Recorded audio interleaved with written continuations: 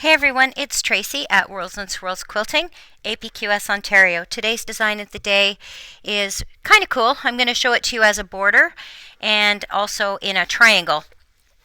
So here we go. It's sort of that scimitar feather, but we're going to put a little bit of a little curly flicky thing here to soften it up.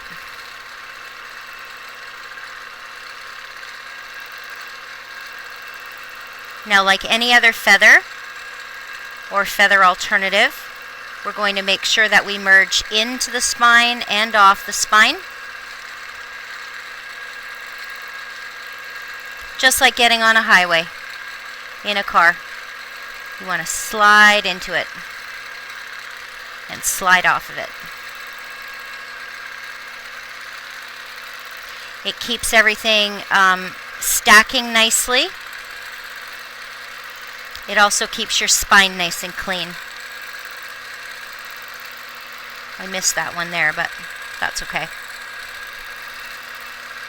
I'd fix that if it was a customer quilt, but I'm not going to worry about it for today.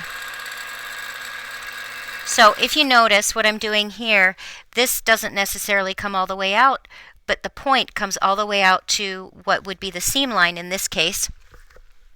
When you're going to do sashings and borders, take the time and actually fill the space. If you've got like a 5-inch border, don't put a 3-inch design in it.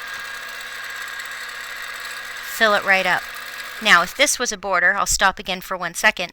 If this was your outer border and this is the edge of your quilt, you want to make sure that you stop your design a 1/2 inch in from the outside edge of that fabric so that you allow for the binding.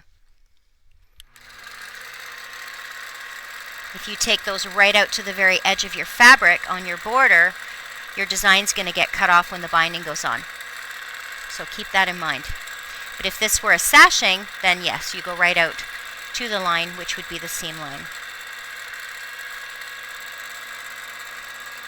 There we go. So there it is as a... Woo, bet you that made you dizzy. There it is as a sashing. And then I'm just going to quickly show it to you how I would put it in a border. And I don't know what I did with my chalk, so we're just going to go into the center. I think that's the center of the triangle. All right, so we're going to do one side and then the other. So we're going to bring it way out. Now, I'm not giving this a spine. You could if you wanted to.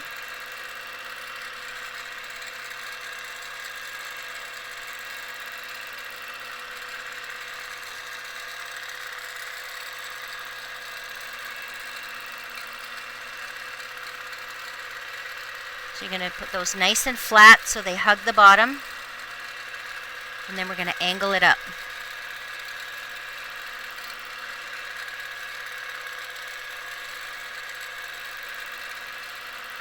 There you go. Quick and dirty. If that was a customer quilt, I would probably take a little more time and make sure that I'm nice and straight, but this will give you the idea of the design. Okay, so take the time to doodle. We'll see you tomorrow.